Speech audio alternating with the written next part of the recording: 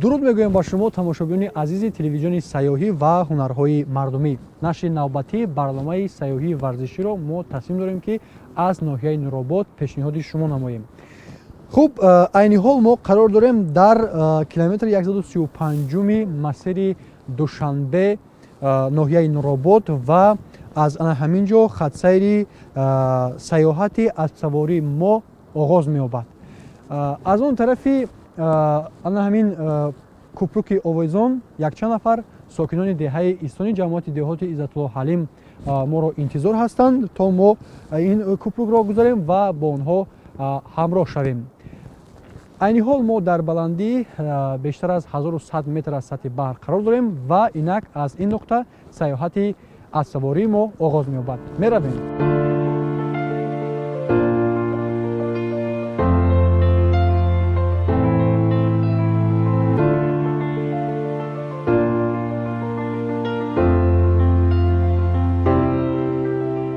сайёҳати варзишии аспсаворӣ яке аз намудҳои ҷолиби варзишӣ ва фароғатӣ ба ҳисоб меравад, ки дар худ эҳсоси ҳамоҳангӣ бо табиат ва машқи ҷисмониро муттаҳид месозад. ин гуна сайёҳат на танҳо барои рушди қобилиятҳои ҷисмонӣ муҳим аст, балки ҳисси тавозун ва худбовариро низ такмил медиҳад. манзараҳои зебои табиӣ, кӯҳҳо ва даштҳои беканор зимни сайёҳат аспсавориро ба як таҷрибаи фаромӯшнашаванда табдил медиҳанд. ғайр аз ин, сайёҳати варзишии аспсаворӣ як имконияти беҳамтоест барои омӯзиши фарҳанг ва анъанаҳои мардумӣ ҳангоми сайёҳат ба минтақаҳои дурдаст. дар Тоҷикистон ин намуди сайёҳат бо таъриху анъанаҳои бои варзиши миллии човандозӣ ва бузкашӣ пайвандӣ дорад.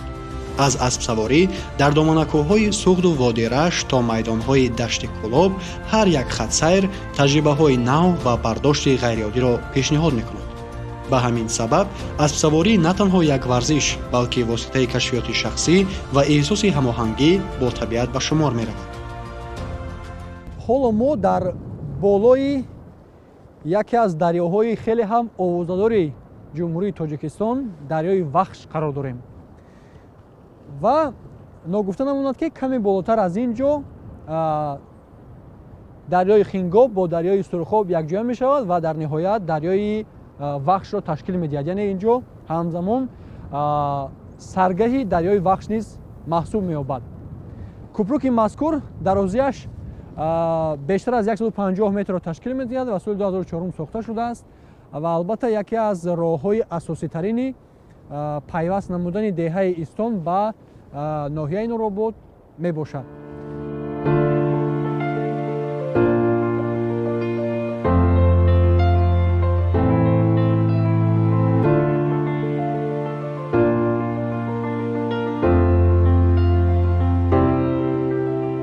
субҳи барвақт ҳавои тоза ва хунуке ки аз мавҷи тези оби дарёи Вахш бармехост, моро хуш истиқбол гирифт. нури мулоими офтоби зимистонӣ барги зарду сурхи дарахтонро мисли тиллои нозук медурахшонд. дар оғози сайёҳат ҳар яке аз мо аспи худро интихоб намудем. аспҳои деҳаи Истони кӯҳӣ ки таҷрибаи хуби гардишгарӣ дар роҳҳои ноҳамвори кӯҳистонро доранд, барои ин сайёҳат муносибтарин ҳамсафарон буданд. баъзе аз онҳо чолок ва тезҳаракат, баъзеҳо ором ва устувор. ман аспи сиёҳи бо лақаби сарбаландро интихоб намуда, аллакай дар қадами аввалаш эҳсос кардам, ки бо ӯ манзараҳои зебои табиатро бо дили кушод тамошо хоҳам кард.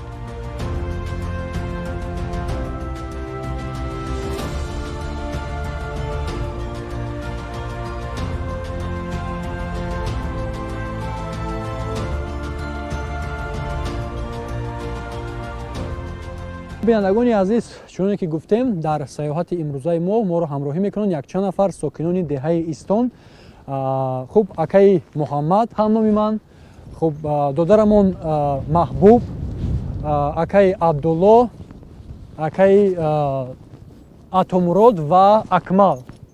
ҳамаи ин нафарон вақте ки аз наздик шинос шудем, човандоз буданд ва қисми зиёди машғулияти, яъне ки дӯстдоштаи онҳо ҳамин човандозӣ аст ва сарукор гирифтан бо асп мебошад. ва барои ҳамин ҳам бубинед, ки дар ин манзара, дар ин деҳаи Истон, ки як хеле фазои мусоид дорад барои парвариши асп ва барои аламин гуна иштирок кардан дар чандин мусобиқаҳои ҳам пайга ва ҳам бузкашӣ ки яке аз варзишҳои хеле маъмулӣ ва миллии тоҷикӣ мебошад. То ба ин ҷо расидан қариб 1 километр роҳро тай кардем. ҳоло мо дар оғози деҳаи Истон қарор дорем ва аз ин ҷо боз зарур аст ки 4 километр дигарро тай кунем ва то ба анамун нуқтаи асосие ки дар хатсайри имрӯзаи сайёҳии варзишии мо ҳаст ба он ҷо бирасем. Ва аз ҳамин ҷо боз роҳи худро идома медиҳем. моро ҳамроҳ бошед, барнома идома дорад.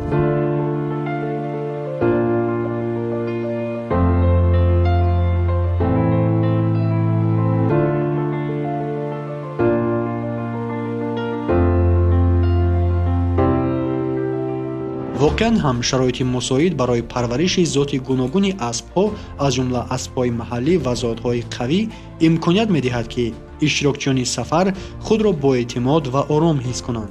ин хатсайрҳо на танҳо барои дӯстдорони варзиши аспсаворӣ ҷолибанд, балки ба сайёҳони оддӣ низ имконият медиҳанд ки фарҳанги маҳаллиро эҳсос кунанд ва бо шеваи зиндагии мардум аз наздик ошно шаванд. нуробод бо кӯҳсори нотакрор ва табиати дилангези худ барои ин гуна фаъолият якгӯшаи беҳамтост. нуробод ва дигар минтақаҳои кӯҳистонии тоҷикистон дорои манзараҳои нотакрори табиӣ ва шароити мувофиқ барои ташкили хатсайрҳои сайёҳати аспсаворӣ мебошанд. даштҳои тамоми фасли сол сарсабз, кӯҳсори азим, бо нишебиҳои сангзор ва манзараҳои чашмрабои кулу дарёҳо ин сайёҳатҳоро боз ҳам ҷолибтар мегардонанд. мо бо қадамҳои ором гардишҳои нахустини роҳи ба деҳа мебурдаро тай карда, суҳбаткунон дар мавриди табиати назаррабои деҳа ва машғулияти дӯстдоштаи ҳамроҳонамон пеш мерафтем.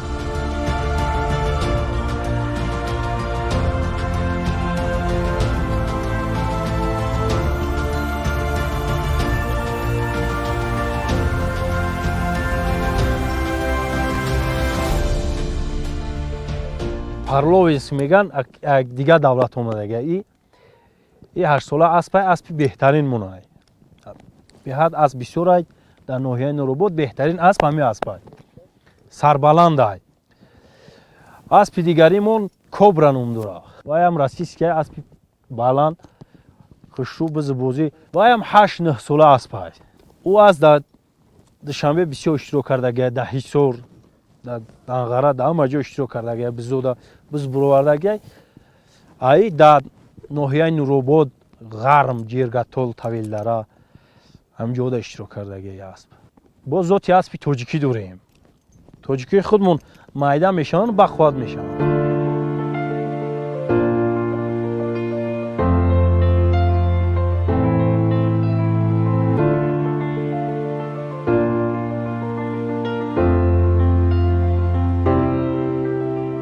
табре маълум шуд, дар ин минтақа дарахтони чун дулона, себ, туғ, хуч, арча ва зелол хеле зиёд вомехӯрданд ва воқеан ҳам чунин буд. ба ҳар ҷое ки нигоҳ мекардем, табиат бо назаррабоии нотакрораш моро шод мекард. ҳиссиёти гуворои озодӣ ва ҳамоҳангӣ бо табиат моро фаро гирифт. аспсаворӣ дар чунин шароит на танҳо варзиш, балки як риштаи иртибот бо табиати зинда ва муносибат бо ин ҷонвари дӯсти инсон аст. ҳар як нафас, ҳар як нигоҳ ва ҳар як лаҳза эҳсоси фараҳмандӣ ва озодӣ мебахшед. ҳамин тавр роҳ аз кӯчаҳои тангу сангии деҳа гузашта то чанд ба тарафи боло мерафт. деҳаи Истон бо манзараҳои беназиру рӯстои орому осудааш маъруф аст. садои суми аспҳо бошад, дар фазои ороми деҳа хеле баланд садо медод. ҳаво тозаю серун буд. боди салқин аз болои кӯҳҳои барфпӯш фаромада ба рӯи мо мезад ва чунин шеваи роҳ рафтан ба дилҳо роҳат мебахшед. дар ҳар қадами роҳ манзараҳои атроф бо омезиши хонаю кӯчаҳои танги деҳа, кӯҳҳои барфпӯш, даштҳои васеъ ва боғу заминҳои корам моҳияти сайёҳати имрӯзаамонро боз ҳам зеботар мегардонданд. ҳарчанд оғози фасли зимистон ҳам бошад, ҳоло боду ҳавои кушодаю офтобии деҳаи Истони кӯҳӣ гӯё моро ба оғӯши худ гирифта буд ва хотираи онро дар дили мо абадӣ сохт. баъди тай кардани масофаи муайян, мо ба як макони махсус, кӯли бузурге ки дар болои деҳа доман гусурдааст, расидем. ин кӯл бо оби софу қамишзори дохилаш моро ба ҳайрат овард. Он дар масоҳати тақрибан 4 гектар миёни талу теппаҳо ҷойгир буда, аз чашмаҳои дар зераш буда сероб мешавад. биёндагони азиз, инак бо тай кардани зиёда аз 5 километр роҳ мо аз деҳаи Истон гузашта ниҳоят ба ин ҷо омада расидем ва ҳоло бошад аспҳои худро дар ин ҷо мебандем ва ба тамошоу сайёҳати ин кӯл машғул хоҳем шуд. ва воқеан ҳам тавре ки ба ин ҷо расидем, шоҳид гардем ки манзараҳои ин деҳа воқеан ҳам шоистаи тамошову сайёҳат кардан ва машғул шудан ба сояҳатҳои кӯҳию кӯҳнавардӣ, экологӣ ва албатта ки сайёҳати варзишӣ бо намуди асп ҳастанд.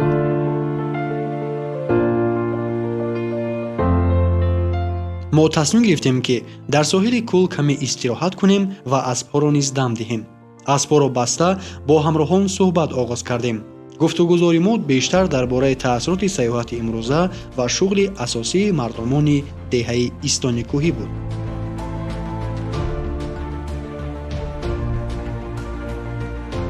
мо як гурӯҳ бачаҳои Истон човандозӣ мекунем. касби дӯст медоштагим човандозӣ аз парваришай. ба ғаз аз човандозӣ бо дар хоҷагӣ мақсад истифода мебарем аспора. Тамошо мекунем кӯҳпуштара. бародаро қатъи вақтҳои бекоримон. махсус барои аспбозӣ, машқ бозимон, ай майдончаҳо барои машқмон, кӯл қарибемон, бо сарқинак айҷа. ин ҳами машқ бозӣ мо дар ҳамҷа вай мекунем.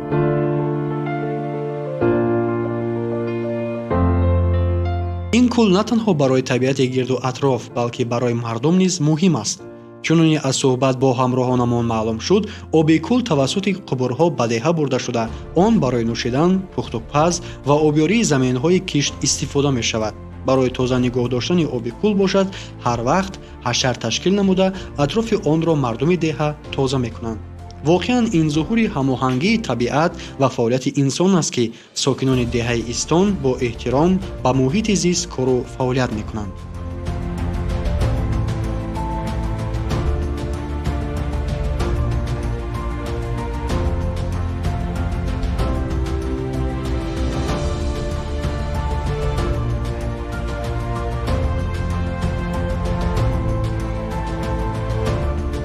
дар қишлоқи мо ҳавз меган, номаш ҳавза. чиқри мобайн шад ягон кас намедонад. мумкин 20 метр боша, 15 метр боша, ягон кас намедонад. ченам кардагиам бачаҳо чиқри ами ягон кас фаҳмидагӣ нестай мақсад. бениҳоят чиқрай дар ин ҳавзи мо моҳӣ намешавад. дар маҳалаш ҳамин ная мардум дар болои хонаҳош истифода мебурданд. айҷои тунакави шифир. ҳамин наёе ки мебинен ё баландиш 4 то 4.5 метр мешавад, баланд мешавад. 3, 3.5, 4. ҳамиёро медравиданд, дар болои бонгои чирдако мекарданд.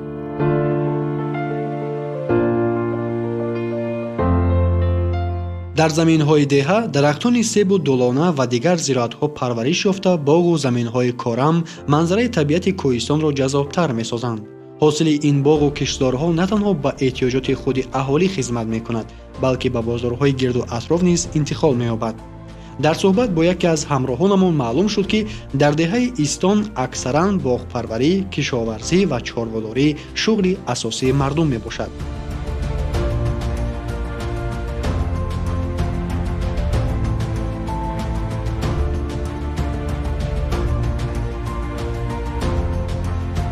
зиндагии асосии сокинони деҳа зелол, хуч, чормағз ҳамиёро чинда ай ҳамиё истифода бурда мефурӯшанд. мақсад зиндагиамонро пеш мебаранд. боз аз ҳисоби хоҷагипарварӣ мақсад помидор, бодиринг, картошка, гандум мекорем, чорводорӣ. ба ҳамин ҳисоб мо зиндагиамонро пеш мебарем.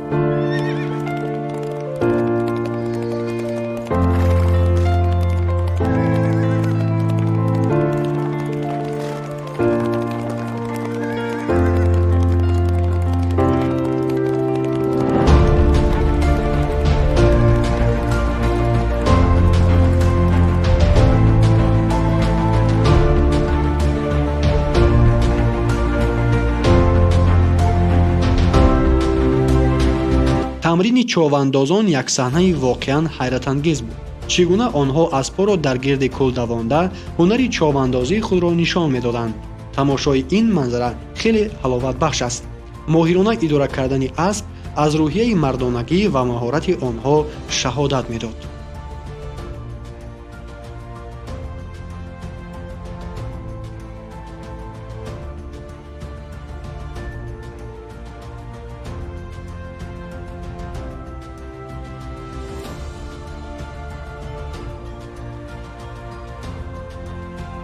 дар паҳлӯи кӯл теппаи ҷойгир аст ки аз болои он на танҳо кӯл балки тамоми деҳа ва кӯҳҳои гирду атрофро пурра тамошо кардан имкон дорад. пас аз тамошои тамрини човандозони ҳамроҳонамон мо бо ин пайроҳа ба болои теппа баромадем. аз ин баландӣ дидани тамоми табиати атроф ба кас эҳсоси шодиву сурур мебахшад.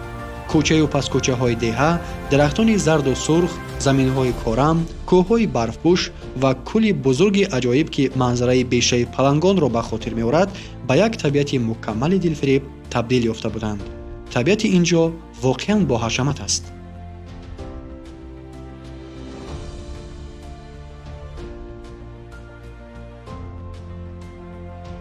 беҳад манзараҳои зебо аст ватани мода.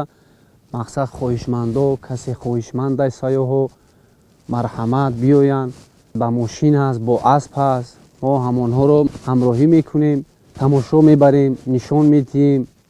баъд кӯҳҳои зебо дорем, мо шаршараҳои зебо дорем. мақсад тобистонда беҳад обошон хушрӯ, мақсад 7 қабат 6 қабат об мерезад. мо ин ҳаминҷа омадем ҳамроҳи бародаро. хоб мо човандозем, аспа дӯст медорем. ба ҳамин хотир мо ҳар як кадомон, ҳар як хоҷагида, ҳар як кадомаш асп дорад. ба хотири ҳамин машқу бозию бузкашӣ.